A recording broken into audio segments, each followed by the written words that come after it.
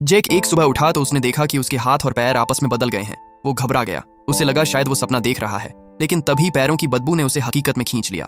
उसी वक्त उसकी गर्लफ्रेंड एना कमरे में दाखिल हुई। जैसे ही जेक ने सुना कि डिटेक्टिव नीचे आया है, उसने तुरंत बीमार होने का नाटक किया। पर उसकी हैरानी तब बढ़ गई जब एना ने कहा, मैं उसे ऊपर बुला रही हूँ। वो डर रही थी कि कहीं उसे कोई राक्षस समझकर गिरफ्तार न कर लिया जाए। जेक चुपचाप भागने ही वाला था, लेकिन तभी एना डिटेक्टिव को लेकर बेडरूम के दरवाजे पर पहुंच गई। असल में जेक का नाम एक झगड़े के केस में जुड़ा था। डिटेक्टिव ने जब उसे देखा तो लगा जैसे कोई आदमी अजीब सी योगा पोज में फंसा हुआ हो। वो आगे बढ़ा और जेक से हाथ मिलाने लगा, लेकिन जेक को कुछ याद ही नहीं था। उसे नहीं पता था कि उस पर हमला किसने किया था।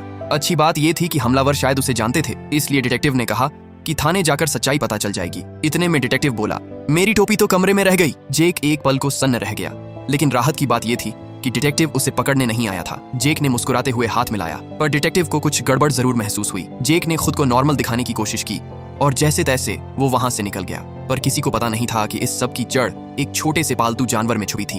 पहले जब बॉय अपने पेट एमराल्ड को खाना खिला रहा था, तभी उसका दोस्त माइक पुलिस स्टेशन से लौटा। जब माइक ने एमराल्ड को ढूंढा, वो चुपके से भाग चुका था। उधर जेक अभी भी सोच रहा था कि अपनी हालत एना को कैसे समझाए। तभी उसने देखा वो हरा सा एमराल्ड उसके सामने खड़ा है। एमराल्ड बोला, मैं तेरे हाथ पैर वापस ठीक कर सकता हूँ और तुझे सुपर पावर भी दे सकता हूँ।